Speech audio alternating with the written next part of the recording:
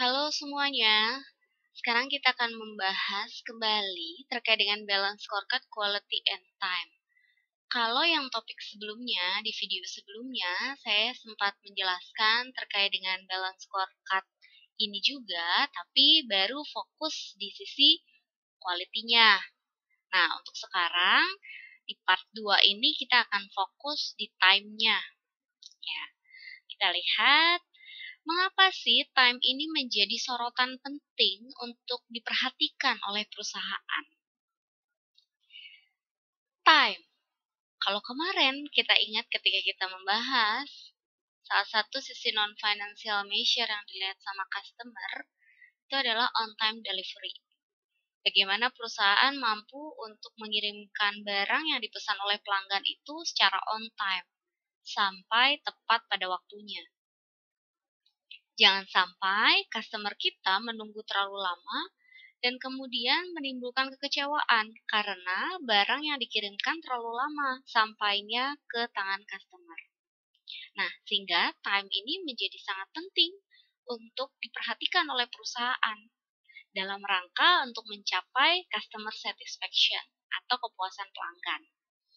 Sehingga menjadi sebuah strategi yang harus diperhatikan. Time itu ada dua cara pengukurannya. Kita bisa lihat dari sisi customer response time dan juga on time performance. Maksudnya apa ya dari customer response time? Customer response time ini berarti kita melihat seberapa cepat sih perusahaan mampu untuk memenuhi permintaan yang hadir atau yang datang dari customer. Sementara kalau sisi on time performance adalah seberapa tepat waktunya perusahaan untuk memenuhi target waktu yang mereka buat.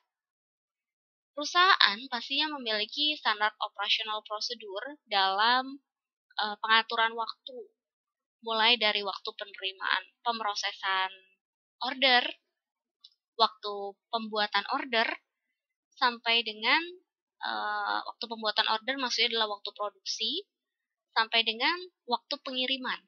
Misalnya, biasanya kan sebagai seorang customer, kalau belanja nih, belanjanya kebetulan belanjanya online. Nah, suka ada notifikasi. Jika sampai dengan 7 hari barang tidak diantar, berarti dianggap pemesanan batal. Nah, berarti itu adalah salah satu bentuk prosedur. Bagaimana caranya untuk bisa mematuhi dari sisi on-time performance ini. Oke, kita akan lihat dari sisi customer response time pertama dulu ya, sebelum kita masuk ke on-time performance. Untuk dari sisi customer response time, kita lihat di sini, siklusnya adalah diawali dari customer mengorder sebuah produk. Customer kemudian order kemudian masuk untuk bisa diproses. Akan tetapi ada waktu tunggunya di sini. Waktu tunggu sebelum akhirnya bisa diproses masuk ke manufacturing time. Nah, mulai dari waktu tunggu sampai dengan manufacturing time itu dikatakan sebagai cycle time, manufacturing cycle time. Waktu tunggu ini bisa jadi kita setup mesin dulu atau persiapan mesin dulu, baru sampai mesin itu ready buat digunakan, baru kita masuk ke manufacturing time. Setelah beres dari manufacturing cycle time, barulah masuk ke delivery time. Nah, ini adalah seberapa cepat sih waktu perusahaan ini untuk bisa memenuhi keinginan atau kebutuhan dari customer. Mulai dari awal, dia menerima order sampai dengan perusahaan mengantar order tersebut ke customer. Dari sini kita bisa lihat, dari sisi manufacturing cycle time, ini sebetulnya ada dua aktivitas yang kita soroti. Yang pertama adalah aktivitas yang tidak memberikan nilai tambah. Yang ini adalah memberikan nilai tambah. Tugas dari perusahaan adalah bagaimana caranya dia memperbesar aktivitas yang mampu memberikan nilai tambah dan menurunkan aktivitas yang tidak memberikan nilai tambah. Bagaimana cara pengukurannya? Pengukurannya adalah dengan menggunakan manufacturing cycle efficiency. Dia membandingkan antara value added manufacturing time dengan total cycle time-nya. Kita lihat contohnya. Contohnya, Pasti di antara kalian pernah dong pergi ke klinik gitu ya, untuk melakukan pemeriksaan kesehatan, atau mungkin karena lagi sakit. Contohnya misalnya saya pergi ke dokter untuk memeriksakan diri saya, karena saya lagi nggak enak badan nih. Ternyata waktu saya untuk pergi ke klinik tersebut, waktu dari saya sampai ke klinik sampai dengan saya pulang dari klinik, itu adalah 40 menit. 9 menitnya saya habiskan untuk registrasi. 20 menit saya habiskan untuk menunggu. Karena kebetulan waktu itu atau hari itu banyak pasiennya, sehingga saya memerlukan 20 menit untuk bisa menunggu sampai saya dipanggil dan bertemu dengan dokter. Ketika saya bertemu dengan dokter, saya hanya menghabiskan waktu 11 menit. Berarti di sini kita akan hitung berapa manufacturing cycle efisiensinya. Rumusnya tadi adalah value added activity yang akan dibagi dengan total cycle time-nya. Sekarang kita lihat. Value added-nya atau yang memberikan nilai tambah hanya 11 menit ketika saya bertemu dengan dokter. 11. Sementara cycle time dari awal saya datang sampai dengan akhirnya saya bisa pulang adalah 40 menit. Berarti totalnya yang bervalue added, aktivitas yang bervalue added ya, yang memberikan value added itu hanya 27,5%. Sementara sisanya 72,5%-nya adalah non-value added activity. Oke, itu terkait dengan efisiensi. Nah, langkah dari perusahaan adalah bagaimana dia bisa untuk memperbesar value added activity-nya dibandingkan dari kegiatan non-value added activity-nya. Karena value added activity ini berarti akan berguna buat perusahaan untuk bisa mendatangkan keuntungan di masa datang. Semakin cepat dia bisa melayani pasien, semakin baik gitu ya. Jadi pasien tidak menunggu terlalu lama di sini gitu. Ketika pasien menunggu terlalu lama, pastinya akan ada rasa kekecewaan, rasa amarah mungkin ya, seperti itu karena dia mengalami jangka waktu yang cukup lama sampai dengan dia bisa bertemu dengan dokter dan konsultasi. Seperti itu. Oke, kita lanjutkan. Nah, ini on time performance. Sisi kedua yang tadi kita perlu bahas juga adalah on time performance. Seperti yang saya telah sampaikan di depan bahwa sebuah perusahaan itu pasti memiliki standar operational procedure. Standar operational procedure tersebut adalah mengatur semua kegiatan yang ada dalam perusahaan. Mulai dari dia receive order, proses, produksi, sampai dengan akhirnya delivery. Ada jangka waktunya semuanya. Nah, bagaimana dari setiap waktu tersebut perusahaan mampu mematuhi atau mencapai apa yang sudah direncanakan di awal. Sehingga dia bisa mencapai on time performance atau kinerja dia akan on time. Nah, yang mempengaruhi waktu itu ada dua hal, yaitu ketidakpastian produk dan atau jasa yang masuk atau yang diorder oleh customer. Maksudnya gimana sih? Ya, kondisi yang pertama ini. Kembali lagi kepada contoh klinik yang tadi saya sudah sampaikan sebelumnya. Contohnya, klinik tersebut biasanya kedatangan pasien normalnya hanya 30 pasien sehari. Jadi nggak masalah kalau dokternya di situ hanya ada satu yang melayani 30 pasien dalam satu hari. Nah, tapi bisa saja besoknya karena tidak terlalu banyak masyarakat kita yang sakit, jadi hanya 10 pasien. Atau bisa saja karena mungkin lagi musimnya perubahan, pancaroba gitu ya, perubahan musim. Lalu yang datang untuk berobat itu menjadi 50 pasien.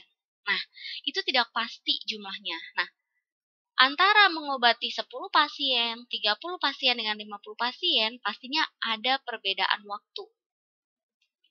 Nah, sekarang kita lihat. Yang kedua, itu adalah bottlenecks. Bottlenecks ini maksudnya seperti apa? Satu dokter tadi, kembali lagi ke contoh tadi ya, satu dokter tadi itu dia idealnya hanya memeriksa 30 pasien sehari. Tapi, karena lagi ada lonjakan gitu ya, lonjakan order dalam artian banyak yang tadi karena musim pancaroba jadi banyak yang sakit. Hari itu ada 100 pasien yang datang ke klinik dia untuk diobati. Nah, berarti itu sudah over capacity. Karena capacity yang mampu dokter tersebut penuhi hanya 30 pasien, memeriksa 30 pasien. Sementara saat itu ada 100 pasien. Mau tidak mau, dokter tersebut harus melayani 100 pasien, tapi pasti akan menimbulkan waktu tunggu yang cukup lama untuk pasien-pasien tersebut. Karena itulah yang disebut sebagai bottleneck atau capacity dari si perusahaan tersebut terbatas. Ya, tidak mampu untuk memenuhi kebutuhan pasar yang ada. Nah, berarti kita harus mengukur waktu tunggu yang ada di dalam perusahaan tersebut. Bagaimana cara untuk mengukur waktu tunggunya? Berarti kita akan melihat berapa sih waktu untuk pemrosesannya, berapa rata-rata ordernya. Nah, ini kita kalikan. Dibagi dengan 2 kali capacity yang kita punya dikurangi dengan waktu untuk memproses order tersebut. Langsung saja kita lihat contohnya. Di sini saya kembali lagi ke contoh perusahaan Poton. Ini sudah pernah saya bahas di video yang pertama. Poton ini sekarang dia ingin mengembangkan produk dia yang lain. Dalam hal ini adalah rollers. Biasanya untuk produk rollersnya dia mendapatkan 30 orderan. Walaupun dia terkadang juga bisa mendapat 10 orderan, 30 orderan, atau 50 orderan. Untuk setiap order ya dikerjakan itu dia harus mengerjakan 750 unit per order dengan waktu pengerjaannya adalah 100 jam. 100 jam waktu pengerjaan ini terdiri dari 8 jam untuk setup, 92 jamnya untuk proses. Berapa kapasitinya? Kapasiti annual dari si perusahaan Poton ini adalah 4.000 jam. Nah, kita akan lihat di sini. Berarti berapa sih waktu yang diperlukan untuk keseluruhan order ini? Karena biasanya dia menerima 30 orderan dan waktu pengerjaan orderannya adalah 100 jam, berarti total waktu yang dibutuhkan untuk bisa mengerjakan keseluruhan order adalah 3.000 jam. Ketika kita bandingkan waktu untuk pengerjaan keseluruhan order dengan kapasitasnya masih sesuai. Bahkan masih ada sisa kurang lebih 1.000 jam. Nah, kita lanjut. Berapa waktu tunggunya? Ini tadi rumusnya yang saya bahas tadi di slide. Berapa rata-rata orderan yang dia dapat? 30. Berapa waktu untuk memproses satu ordernya? 100 jam. 100 jam ini kita kuadratkan. Rumusnya begitu. Dibagi dengan 2 kali, ini selesaikan dulu nih. Capacity-nya dia ada 4.000. Dikurangi dengan order dia ada 30, dikali dengan manufacturing time-nya 100. Oke, kita hitung ya. Di sini berarti bisa kita lihat 30 dikali 100 kuadrat itu adalah 300.000. Sementara ini 4.000 dikurangin 3.000 itu hasilnya 1.000. 1.000 dikali 2 hasilnya adalah 2.000. 300.000 dibagi 2.000 berarti kita akan dapatkan hasilnya adalah 150 jam untuk setiap ordernya yang dihabiskan untuk menunggu. Nah, kita sudah punya waktu memproses. Kita sudah punya waktu menunggu. Berarti kita bisa hitung berapa cycle-nya. Cycle time itu berarti kita menambahkan waiting time dengan manufacturing time.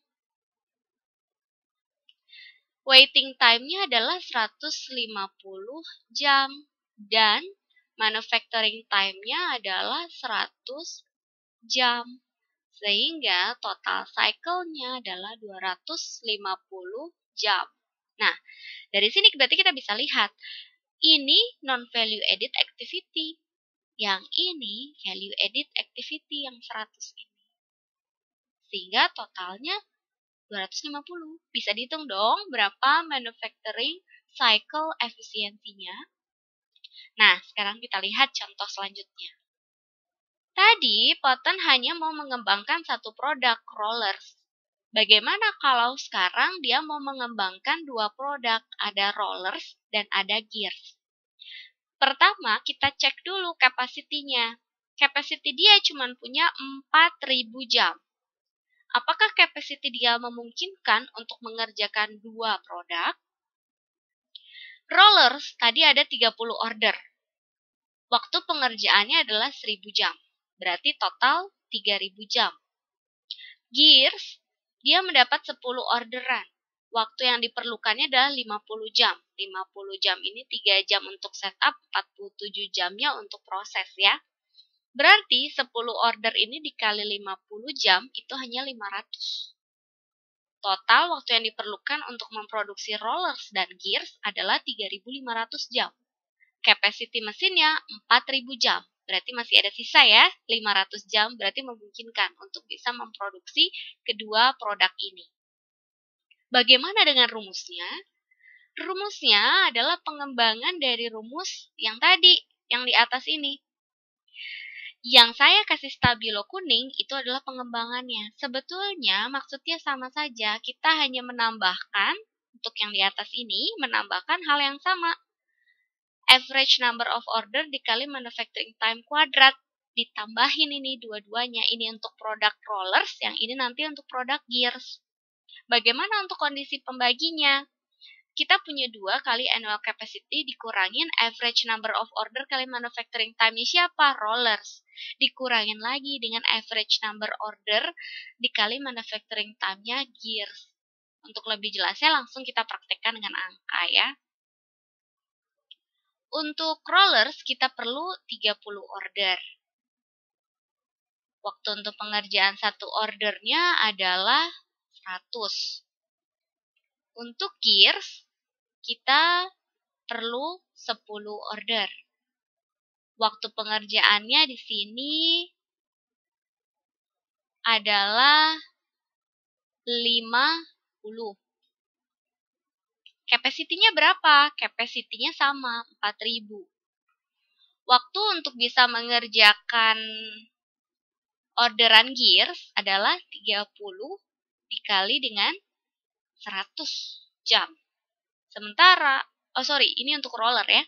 Sementara untuk gears itu adalah 10 orderan dikali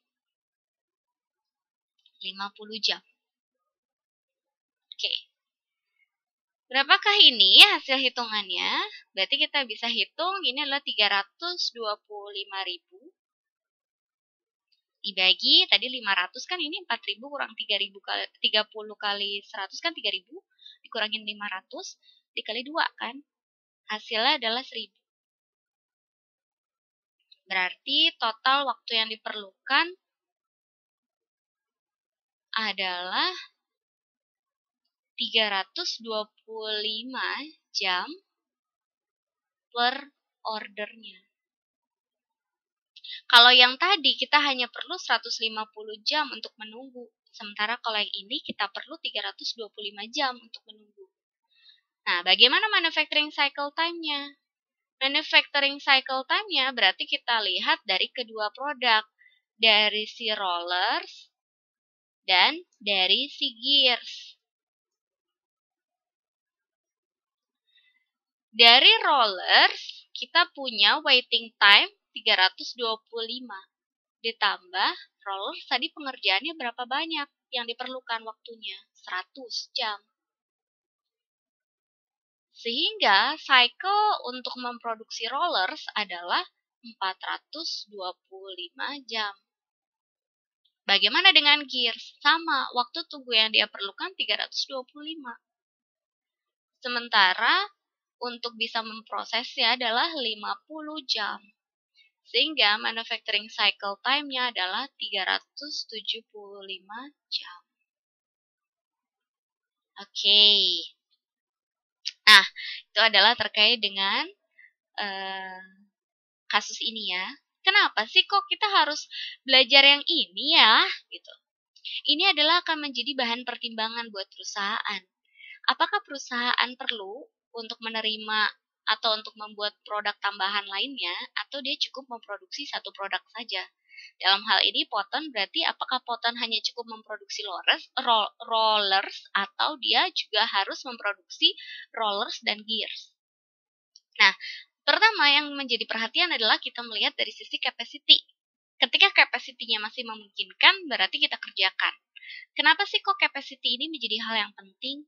Mesin itu kan pasti memiliki fixed cost. Fixed cost itu dia memiliki capacity. Alangkah lebih baiknya bahwa capacity-nya itu dimaksimalkan supaya untuk bisa menekan biaya fixnya. Nah, secara otomatis dengan adanya diterima dua orderan ini, pasti akan mengakibatkan revenue perusahaan pun bertambah. Nah, kita akan lihat, berarti kesimpulannya adalah dari time ini kita mengukur semua dari sisi financial measure, customer measure, internal business process measure, dan learning and growth measure. Financial measure tadi saya bilang, dari sisi revenue-nya. Lalu bagaimana sih carrying cost dari inventory tadi, penggunaan secara optimal inventory. Customer measure berarti kita melihat dari sisi waktu, customer response time, on-time performance. Internal business process measure, kita lihat dari cycle time tadi, efisien atau tidak. Learning and growth adalah si karyawan tadi di-train dengan baik tidak, khususnya ketika menghadapi kondisi bottleneck. Gitu ya, sehingga kondisi bottleneck tersebut tetap bisa terselesaikan di perusahaan. Oke, sekian pembahasan terkait dengan time. Intinya adalah balance scorecard harus melihat sisi finansial dan non-finansial. Baik ketika kita membahas quality ataupun ketika kita membahas time. Terima kasih.